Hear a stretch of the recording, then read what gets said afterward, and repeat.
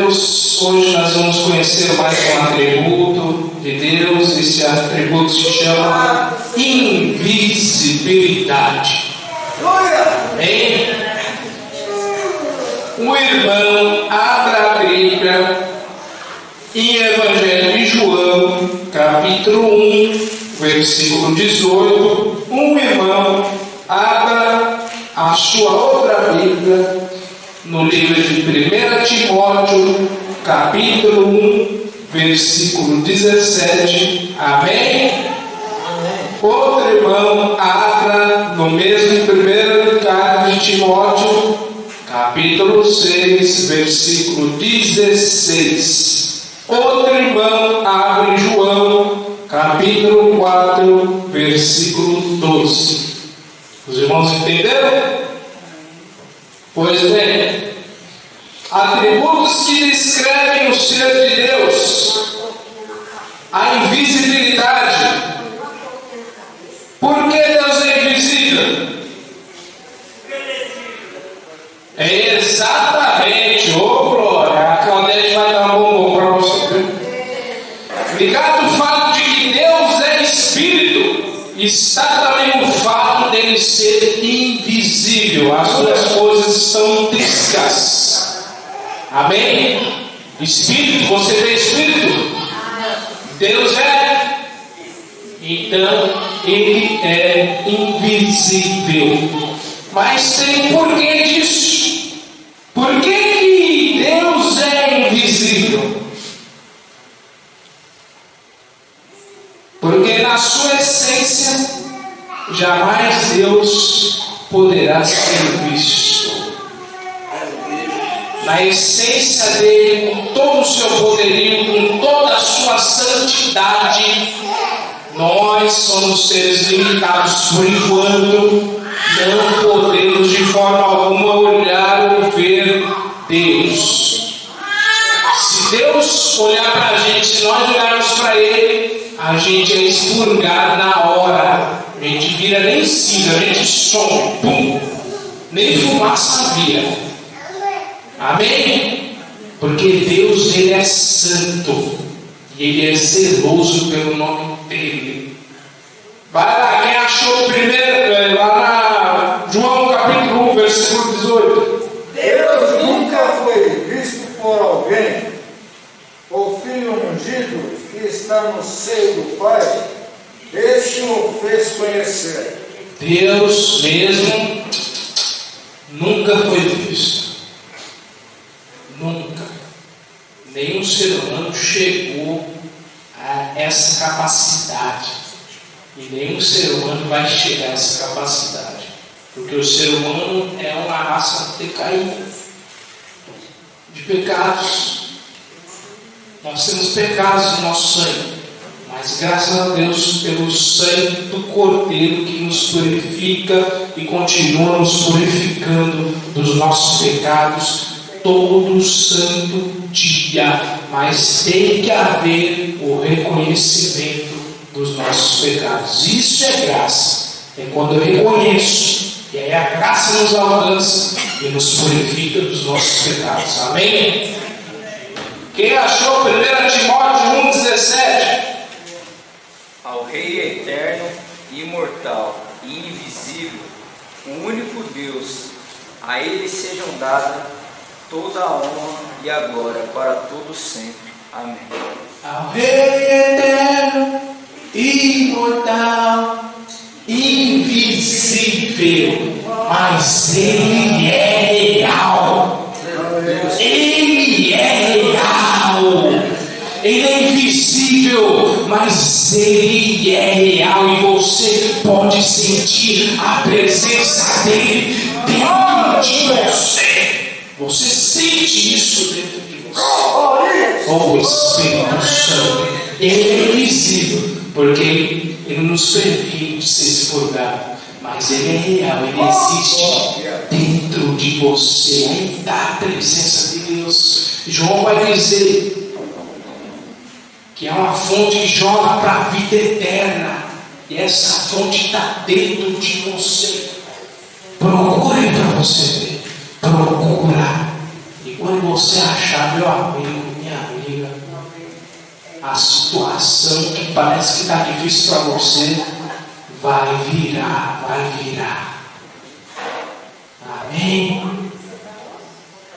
Vamos lá, 1 Timóteo 6,16. Nós estamos estudando porque Deus é invisível. 1 Timóteo 6,16.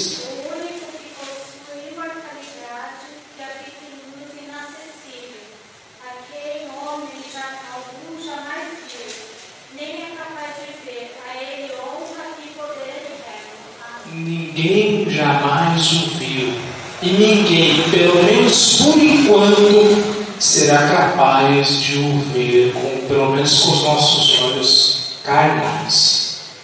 Nós não vemos. Amém? Mas aí você me pergunta, mas o Senhor se apresentou a algumas pessoas no Antigo Testamento. Vamos ver? Mas que coisa é essa? Vai lá. Êxodo 33:11. E depois o mesmo Êxodo 33, lá no 20. Já que ele não pode ser visto, por que as pessoas se apresentou a algumas pessoas? Como isso aí? E a Bíblia está mentindo? Não. Então vamos lá. Falava o Senhor a Moisés face a face, como qualquer fala com seu amigo. Depois tornava-se ao arraial, mas o seu servidor, o jovem Josué, filho de Nun, nunca se apartava também daqui. Aí. Rapaz, o camarada falava com o Senhor, mas não pode ser visto. Mas que coisa é essa aí? Mas se a gente for lá para Êxodo 33:20, vamos ver o segredinho? Está lá. E acrescentou: não me poderá ver a face, porquanto homem nenhum verá minha face e viverás. Em certo sentido, não na sua totalidade, Deus se apresentava para Moisés, mas não na sua totalidade. Tanto é que surgiu a ânsia dentro de Moisés. Qual foi a ânsia? De ver a Deus. E aí, Deus, eu posso? Deixa eu ver. Senão eu não tinha essa ânsia dentro dele. Não falava face a face, mas não era de uma maneira totalitária. Amém? Amém. Aí depois ele quis, surgiu a ânsia dele, mas como que é isso, Deus, rapaz? E aí, Deus, a gente tem um tete a tete e tal, mas eu posso ver você? Você não pode me ver. Porque se você olhar para mim, mesmo a gente sendo camaradinha, você vai ser acabado, expurgado. Então vamos fazer uma coisa. Eu vou mostrar para você só um pouquinho. Quando eu falar para você, olha, você vai ver só um pouquinho. Só. E aí Deus passou. Só um pouquinho ele viu, mas não viu na sua totalidade. Viu em partes. Entre as fendas das rochas, ele viu em partes. Deus passando, mas se ele se mostra na sua totalidade, não tem jeito do ser humano. O ser humano não aguenta. Amém? Pois bem, em certo sentido, Deus não poderia ser visto na sua essência integral, na sua totalidade. Deus não poderia ser visto, e até o dia de hoje não se pode ver a Deus, mas a gente sabe que Ele existe, porque Ele está dentro de nós, pelo Espírito Santo. Amém? Graças a Deus. Mas Deus se revela de si mesmo por coisas visíveis criadas, e Ele tem as suas maneiras de se revelar ao ser humano. Vamos ver? Então, essas analogias nos ajudam a nos revelar Deus de uma forma mais ou menos visível. Então a gente conhece Deus, mas ainda por partes. A gente conhece Ele, não na sua totalidade, mas ainda Ele se revela a nós por partes. Em pequenos fragmentos a gente consegue ver Deus em algumas coisas. Vamos lá, Gênesis 1:27, depois Salmos 19:1 e depois Romanos 1:20. Gênesis 1:27, está difícil o livro de Gênesis. De trás para frente ele é o último. Criou Deus, pois, o homem à sua imagem. A imagem de Deus o criou, homem e mulher o criou. E criou Deus o homem à sua imagem. Aí vocês me falam, mas Deus é lindo que nem eu?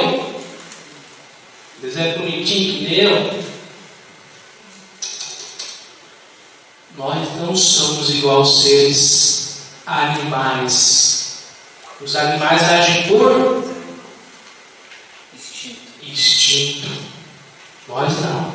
Nós temos amor, nós temos graça, nós temos conhecimento, a gente pensa, a gente raciocina. Isso é que nos faz diferente, isso é que nos faz a imagem e semelhança de Deus. O amor que nós temos dentro de nós, compartilhando com os outros, a gente tem o poder de raciocinar, a gente não age, ainda que tem alguns seres humanos cabeçudos, que age pior do que um animal, mas nós temos intelecto dentro de nós. É isso que nos diferencia aí dos demais aí fora. Amém? Então essa é uma maneira de Deus se relacionar. A outra maneira, Salmos 19:1. Bem-aventurados os que trilham caminhos retos e andam na lei do Senhor. Salmos 19:1 é isso? É 19? 19:1.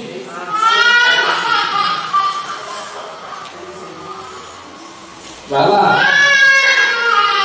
Manifestam a glória de Deus. Eles anunciam a obra das suas mãos. Como é que Deus se revela aí? Glória. A criação da natureza, os céus se revelam. Você sabe qual o tamanho desse céu, rapaz? Já quando você acorda de manhã cedo, você vai lá e você olha o tamanho desse céu aí fora. O mar, você vê o mar, você vai para a praia, você fica bobinho vendo aquelas águas. Olha o tamanho dessas águas, parece que chega no final e fala assim, mas não, continua e vai embora. E você olha para essas coisas, não tem como não ver Deus nisso. Não tem como não ver Deus nisso, nessas criações grandiosas. A gente vê o sol, e logo mais depois a lua, e no outro dia o sol de novo, e depois a lua. Mas, rapaz, Deus é tão poderoso que Ele faz a manutenção desse sistema. A manutenção é Ele mesmo que opera a manutenção, porque Ele zela pelos seus feitos, Ele zela, e não só pela manutenção, mas Ele zela também pela sua manutenção. É por isso que Ele tem te sustentado até os dias de hoje. Ele continuará te sustentando, porque Ele zela pela sua criação. Você é a criação de Deus, e Ele te zela. Ele zela de você, Ele zela da sua alma, Ele zela da sua vida, Ele zela de você. Aleluia. Mais uma, Romanos 1:20. Porque os atributos invisíveis de Deus, assim o seu eterno poder poder, como também a sua própria divindade, claramente se reconhece desde o princípio do mundo, sendo percebido por meio das coisas que foram criadas. Tais homens são, por isso, indesculpáveis. Olha, se os homens não reconhecem isso, o que eles são? Não tem perdão para essa raça que não reconhece a Deus, não tem perdão para eles. Porque para essas grandiosidades serem criadas, não foi uma explosãozinha, meus irmãos. Foi o próprio Deus que criou todas as coisas pela sua fala. Olha, haja luz e teve luz. Olha, a terra tem a forma e a terra foi tendo forma. E com as suas próprias mãos, Ele fez você, Ele fez eu para vir para essa terra e habitar junto com os nossos irmãos.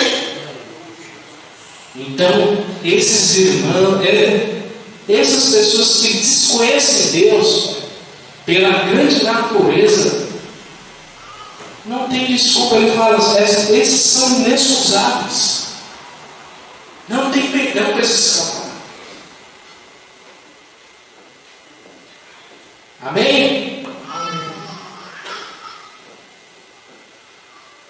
Então, por essas coisas a gente entende, não que o sol seja Deus, não que a lua seja Deus, mas Deus é muito maior do que a gente pensa. Se isso aí já é grande, imagine Deus que criou todas essas coisas.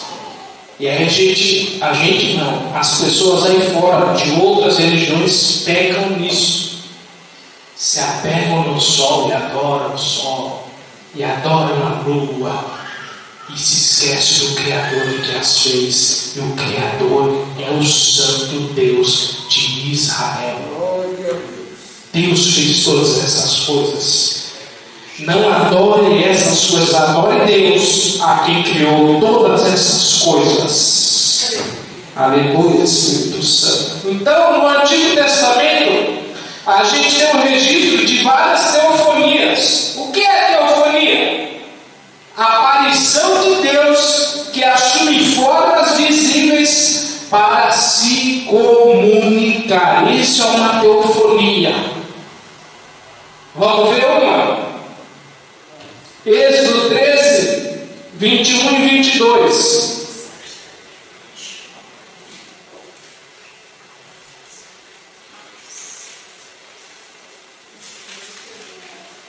Êxodo está difícil.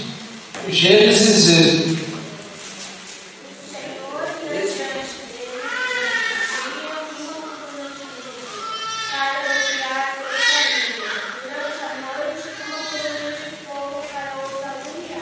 Olha só.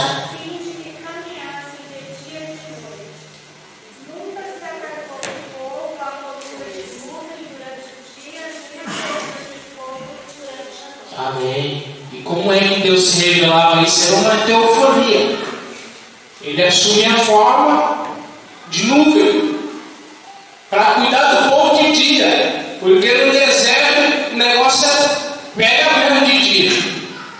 O calor é insuportável. E Deus, como zela do seu povo, ia lá numa forma de nuvem e cuidava do povo. Aí vinha a noite no deserto, a noite é fria, frio. E Deus ia lá e se manifestava perante o povo como uma coluna de fogo, porque Ele zela dos filhos dele, Ele zela. Pense, o próprio Deus se manifestando para cuidar do povo. E agora a gente entende o nosso dia a dia, o próprio Deus se manifestando, fazendo prover algumas coisas nas nossas vidas, fazendo prover o pão de cada dia, fazendo prover a roupa para a gente vestir, fazendo prover, mediante os nossos padrões, o salário que é o nosso sustento de cada dia. Ele cuida do ser humano e Ele cuida de você, Ele cuida dele. Ele cuida, oh glória. Ele não cuidou lá profetizou, não vai ter água. Não teve água. Foi para o ribeiro, tinha água ali para ele beber, mas não tinha pão, não tinha carne. Deus mandou o corvo. E ia mandar a carne para ele. Corvo, carneiro. Rapaz, Deus vai lá em Brasília. Aqueles camaradas estão tudo dormindo, mas Deus vai lá e provê uma situação para abençoar o povo dele, porque Ele é um Deus zeloso, e quando Ele manda, até o diabo obedece. Glória a Deus. Ele manda até o diabo tem que obedecer. Amém? O diabo não faz coisas aí, irmão. A leia não. Deus tem que mandar ele tem que obedecer à vontade de Deus. Êxodo 24, do 9 até o 11. Registro aí de teofanias, Deus se mostrando com outro tipo de característica. Êxodo 24, do 9 ao 11. E subiu Moisés e Arão, e a Abinadab e Abiú, e 70 dos anciões de Israel, e vieram o Deus de Israel, sobre cujo pé havia como um pavimento de pedra de safira que se parecia com o céu na sua claridade. Quem aqui já viu safira, a pedra? Alguém já viu? Safira? Nicolas, procura aí, Nicolas. Põe aí a pedra de safira para a gente ver aqui. Como é que é essa pedra? A pedra de safira é uma pedra mais ou menos pouco transparente, pouco se vê. Se vê mais a qualidade que ela tem e a cor dela. Se for azul, a gente vê o azul, mas vê um pouquinho só por dentro dela. E Deus se mostrou aos anciões perante essa pedra. Ele entrou ali dentro para que os anciões não vejam com completude o seu poder, mas que ele veja pelo menos uma beiradinha do poder de Deus. E eles viram ali Deus, mas não na sua plenitude. Deus se transformou ali numa pedra de safira, entrou ali dentro e eles puderam contemplar pelo menos um pouquinho a presença de Deus. Porque se eles vissem, a gente bem sabe o que iria acontecer. Aí, ó. Tá vendo? Tem azul, tem verde, esse aí é azul, ó. Aí Deus foi lá dele, o brilho de Deus estava lá dele, mas eles não conseguiam ver com plenitude o poder inteiro de Deus, mas viram pelas beiradas. Amém? Voltemos. Então essas analogias nos ajudam a revelar Deus de uma forma mais ou menos visível. No Antigo Testamento registra várias teofanias, a gente viu. Mas a mais impressionante que todas essas foi no Novo Testamento. Alguém sabe como Deus se revelou no Novo Testamento? Vamos lá. João 14, 9.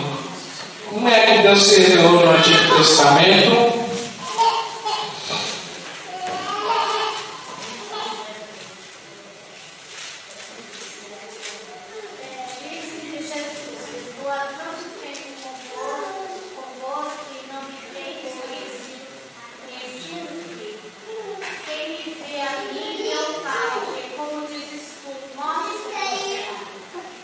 Aí Deus vem no Novo Testamento e lá em Gênesis, que foi a profecia lançada pelo próprio Deus, se cumpre aqui no Novo Testamento.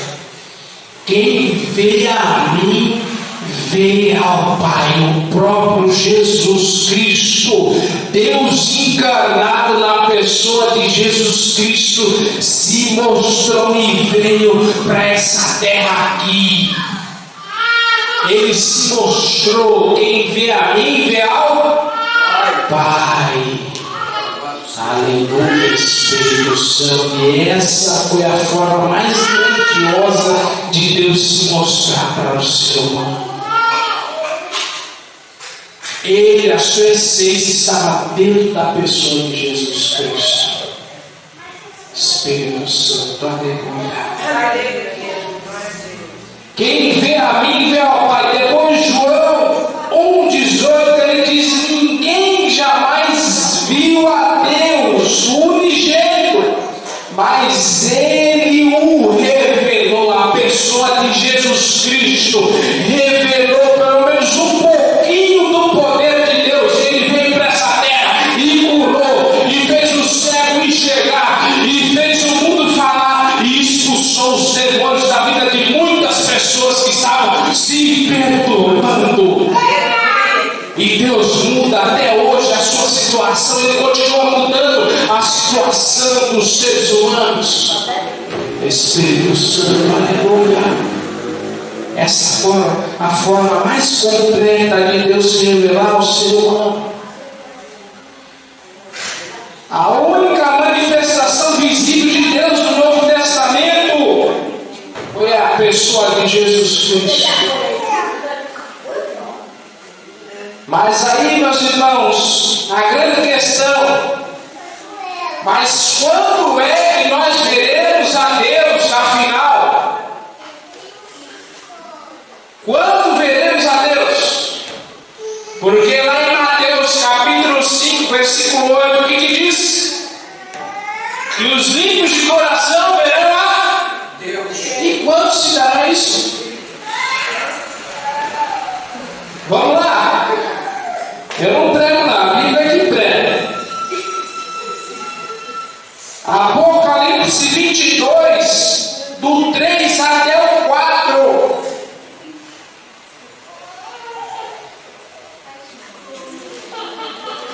Quando é que nós vamos ver Deus? Apocalipse 22, do 3 ao 4. E ali nunca mais haverá maldição contra alguém. Nela estará o trono de Deus e o do Cordeiro, e os servos o servirão. Aí, aqui a gente já mata a pau. A pessoa que fala que vai para o céu vai ficar deitado na rede lá. Ficar deitado na rede, fazendo nada lá no céu. Quem você vai servir o Deus vivo de Israel, rapaz? Lá no céu é lugar de trabalho, de serviço. Mas lá no céu nós vamos ter paz, gozo, completude. A gente vai gozar de uma paz excelente. Mas nós vamos trabalhar. 4. E verão o seu rosto, e nas suas testas estará o seu nome. Você vai ver o rosto de Cristo, o rosto do Deus vivo de Israel, quando você tiver um corpo transformado. Quando Cristo vier e ressuscitar a sua igreja, a sua alma não se unir com o seu corpo, a alma se unir com a matéria, e o seu corpo for transladado até ao céu, e o próprio Deus vai falar e vai falar: vinde a mim, benditos de meu Pai, e você verá Ele na sua completude. Um corpo transformado. Espírito Santo, aleluia. Oh glória, e vai se cumprir, né? Nós veremos face a face como Ele é, lá em 1 Coríntios capítulo 13, versículo 12. Aí você vai ver Ele realmente como Ele é, com toda a sua completude, com todo o seu poder, com toda a sua majestade. Você vai o contemplar. Pense que visão, rapaz. Que coisa linda, aleluia. O veremos como Ele é. Isso aqui está lá em 1 João, capítulo 3, versículo 2. Salmos 16, 11. Na tua presença há plenitude de alegria, a tua destra delícias perpetuantes. É isso que nós vamos ter lá em cima, lá no céu, lá na glória. quando nós contemplarmos a face de Deus. E esse dia vai chegar. Esse dia vai chegar. E está breve esse dia. Esse dia está breve. Se antes os apóstolos já diziam que esse dia chegaria muito em breve, imagine hoje, 2000 e tantos anos depois. Amém? Irmãos, se aprume na face do Senhor, se aprume, porque os dias estão próximos. Amém? Gente.